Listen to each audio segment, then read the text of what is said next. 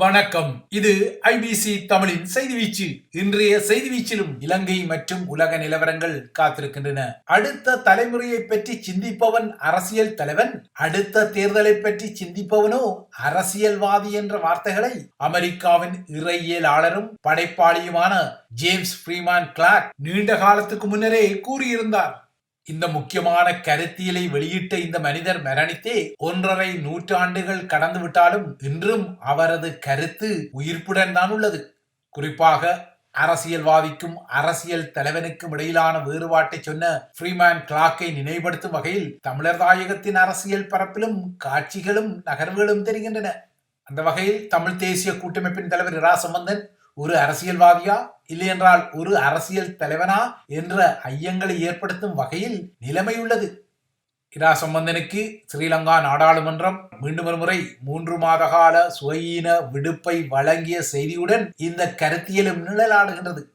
இரா சம்பந்தன் மீண்டும் சுயீனமிட்டிருப்பதால் அவருக்கு இந்த விடுமுறையை வழங்குமாறு ஸ்ரீலங்காவின் எதிர்க்கட்சியின் பிரதம கொறடா எனப்படும் பிரதம அமைப்பாளர் லக்ஷ்மன் கிரியல்ல விடுத்த கோரிக்கைக்கு இந்த அனுமதி வழங்கப்பட்டது. ஒருவேளை சஜித் பிரேமதாசா அரசு தலைவர் வேட்பாளராக களமிறங்கிக் கொள்ளும் வேளை இரா சம்பந்தனால் துடிப்பான அரசியல் பொதுவழியில் இயங்க முடியாமல் போனாலும் சஜித் பிரேமதாசாவுக்காக அவரது தலை அசைப்பை பெற்றுவிட வேண்டும் என்ற அடிப்படையில் லக்ஷ்மன் கிரியல்ல மீண்டும் ஒரு முறை இந்த யோசனையை முன்வைத்து லீவு எடுத்து கொடுத்திருக்கலாம். 91 வயதான இரா சம்பந்தன் தற்போது அடிக்கடி நோய்வாய்ப்படுவது தெரிகிறது. மூத்த தலைவரான இரா சம்பந்தனால் தன்னிடம் உள்ள திருமலை மாவட்ட தமிழ் நாடாளுமன்ற உறுப்பினர் என்ற பொறுப்பை முறையாக நிறைவேற்ற முடியாத நிலை உருவாகியே வருடங்கள் ஓடிவிட்டன. மூதாளர் சம்பந்தன் திருமலை மாவட்ட அபிவிருத்தி கூட்டங்களுக்கும் நாடாளுமன்ற அமர்வுகளுக்கும் எங்க ஆத்துக்காரரும் கச்சேரிக்கு போறார் என்ற வகையில் கூட தனது பிரசன்னங்களை வெளிப்படுத்திக் கொள்வதில்லை. அந்த அளவுக்கு அவர் சுகையீன நிலையிலும் இயலாமை நிலையிலும் உள்ளார். தமிழர்களின் அரசியல் விடயங்களில் அவர் இடைக்கிடை கருத்துக்களை சொல்வதான அறிக்கைகளை அவரது அட்மின்கள் வெளியிட்டுக் கொண்டாலும் குளறி இரா சம்பந்தன் பேசும் விடயங்களை யாராலும் தற்போது தெளிவாக விளங்கிக் கொள்ள முடியாது. இரா சம்பந்தனின் இவ்வாறான தீவிர பிரசன்னமற்ற ஒரு அரசியல் நிலைதான் அண்மையில் திருகோணமலை மடத்தடி வீரகத்தி பிள்ளையார் ஆலய காணியில் சட்டவிரோதமான முறையில் பெரியதொரு புத்தர் சிலையை குந்த வைத்திருந்தது. எதிர்வரும் வெசாக் தினத்தில் இந்த சிலையை மையப்படுத்தி பெரும் பௌத்த அதகலங்களை திருமலை நகரில் செய்வதற்கு பௌத்த கடும்போக்காளர்கள் முயற்சிகளை எடுத்து வருவதும் தெரிகிறது. பௌத்த சிங்கள அடிப்படைவாத ஆக்கிரமிப்பை தொடர்ந்தும் பெரும் இடருடன் எதிர்நோக்கும் இடங்களில் ஒன்றாக திருமலை உள்ளது.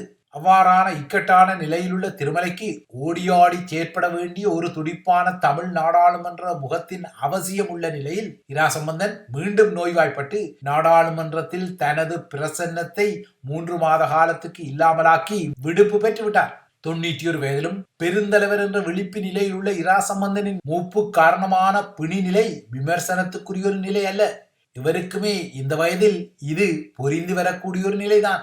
இரா சம்பந்தனின் வயது நிலையை மறைமுகமாக இல்லல் செய்யும் வடக்கின் முன்னாள் முதல்வர் விக்னேஸ்வரன் கூட ஒரு மூதாளர் தான். அந்த வகையில் மூதாளர் இரா சம்பந்தனின் நிலைமை கரிசனைக்குரியது. ஆனால் அவருக்கு இப்போது அரசியலில் இருந்து ஓய்வு தேவை என்பதும் குறிப்பாக அவர் தன்னிடமுள்ள திருமலை நாடாளுமன்ற உறுப்பினர் என்ற பொறுப்பு நிலையை வேறொருவரிடம் கையளிக்க வேண்டிய நிலையும் அவசியமாக தெரிகிறது. இன்று வரை உலகின் முக்கிய அரசியல் தலைவராக கருதப்படும் தென்னாப்பிரிக்க சிங்கம் நெல்சன் மண்டேலா தனது 85வது வயதில் உடல்நல காரணங்களை காட்டி ஓய்வு பெற்றிருந்தார். நெல்சன் மண்டேலா அன்று தனது ஓய்வு நிலை அறிவிப்பை ரிட்டையரிங் ஃப்ரம் ரிட்டையர்மெண்ட் என, அதாவது ஓய்வு பெறுவதிலிருந்து ஓய்வு பெறுவதாக அறிவித்து பொது வாழ்வில் இருந்து ஒதுங்கியிருந்தார். அப்போது அவர் இன்னொரு கருத்தையும் சொன்னார். என்னை அழைக்காதே, நான் உன்னை அழைக்கின்றேன் என அறிவித்தே அவர் இந்த ஓய்வு நிலையை அறிவித்தார். அதாவது don't call me, I will call you என நெல்சன் மண்டேலாவின் அழைப்பு அன்று இருந்தது. 85வது வயதில் அரசியலில் இருந்து ஓய்வு பெற்ற தலைவர் நெல்சன் மண்டேலா தென்னாப்பிரிக்க மக்களுக்கான நலன் சார்ந்த நிகழ்வுகளில் இருந்தோ நகர்வுகளில் இருந்தோ இல்லையென்றால் அனைத்துலக விவகாரங்களில் இருந்தோ ஓய்வு பெறவில்லை.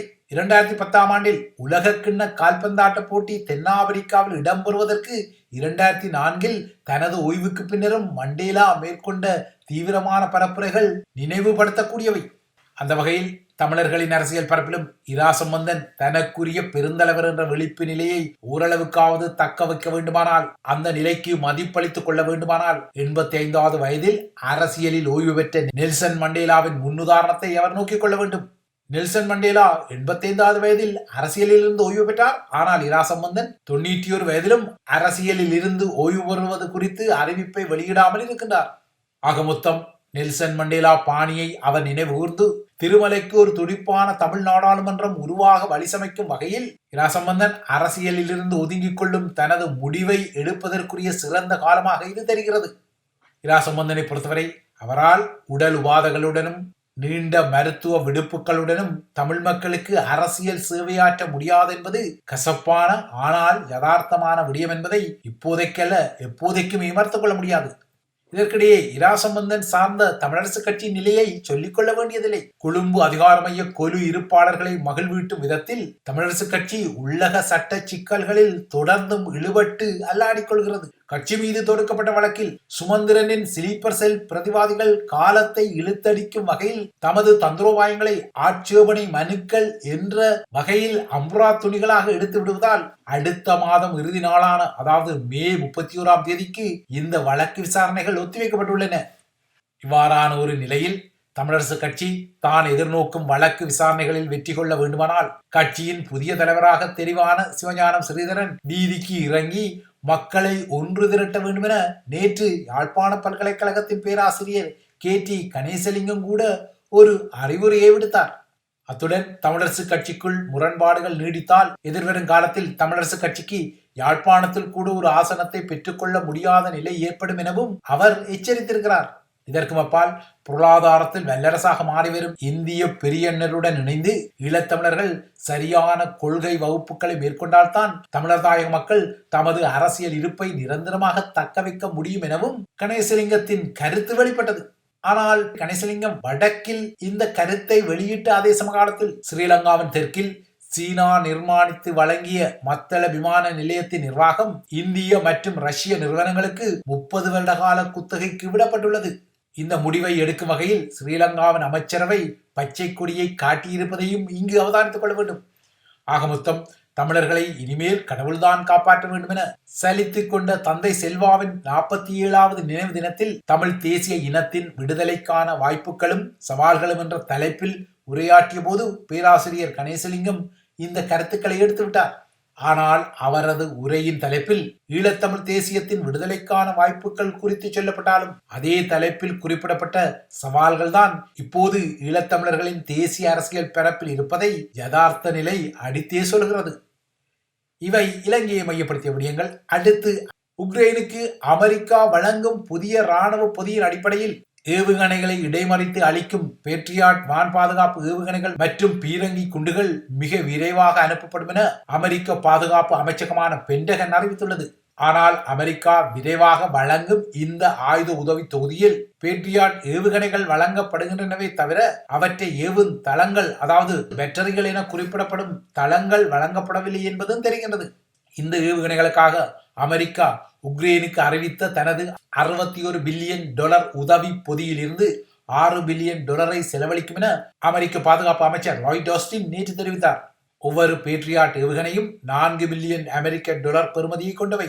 ஆனால் பேட்ரியாட் ஏவுதளம் ஒன்று சுமார் $1 பில்லியன் பெறுமதியில் இருப்பதால் தற்போது பேட்ரியாட் ஏவுகணைகள் மட்டுமே அமெரிக்காவால் அனுப்பப்பட உள்ளமை குறிப்பிடத்தக்கது. உக்ரைனுக்குரிய படைய உதவியை இவ்வாறாக அமெரிக்க அரசாங்கம் விரைவாக அனுப்ப நகரும் நிலையில் உள்ளூரில் அதன் பல்கலைக்கழகங்களில் பலஸ்தீன மக்களுக்கு ஆதரவான போராட்டங்கள் தீவிரமாக தொடர்கின்றன.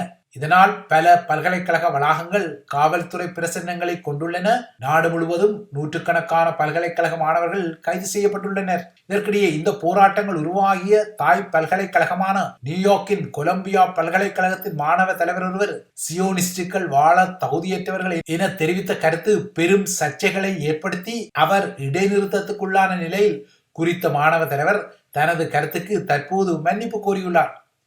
இஸ்ரேலிய கல்வி நிறுவனங்களுடனான உறவை அமெரிக்க பல்கலைக்கழகங்கள் துண்டிக்க வேண்டும் எனவும் இஸ்ரேலுடன் தொடர்புடைய நிறுவனங்களில் இருந்து அமெரிக்க பல்கலைக்கழகங்கள் விலகி இருக்க வேண்டும் என்ற கோரிக்கைகளை முன்வைத்து இந்த போராட்டங்கள் இடம்பெற்று வருவது குறிப்பிடத்தக்கது. இந்த நிலையில் அமெரிக்க பல்கலைக்கழகங்களின் போராட்டங்களுக்கு பக்கவாட்டாக பிரான்சின் புகழ்பெற்ற அரசியல் துறை பல்கலைக்கழகமான சியன்ஸ்போ இல்லியன்றால் அறிவியல் அரசியல் பல்கலைக்கழகத்தின் பாரிஸ் வளாகத்திலும் நேற்று பதற்றங்கள் நீடித்திருந்தன. சுமார் 50 இஸ்ரேலிய சார்பு ஆர்ப்பாட்டக்காரர்கள் அங்கு குவிந்ததால் பதற்றம் அதிகரித்தது.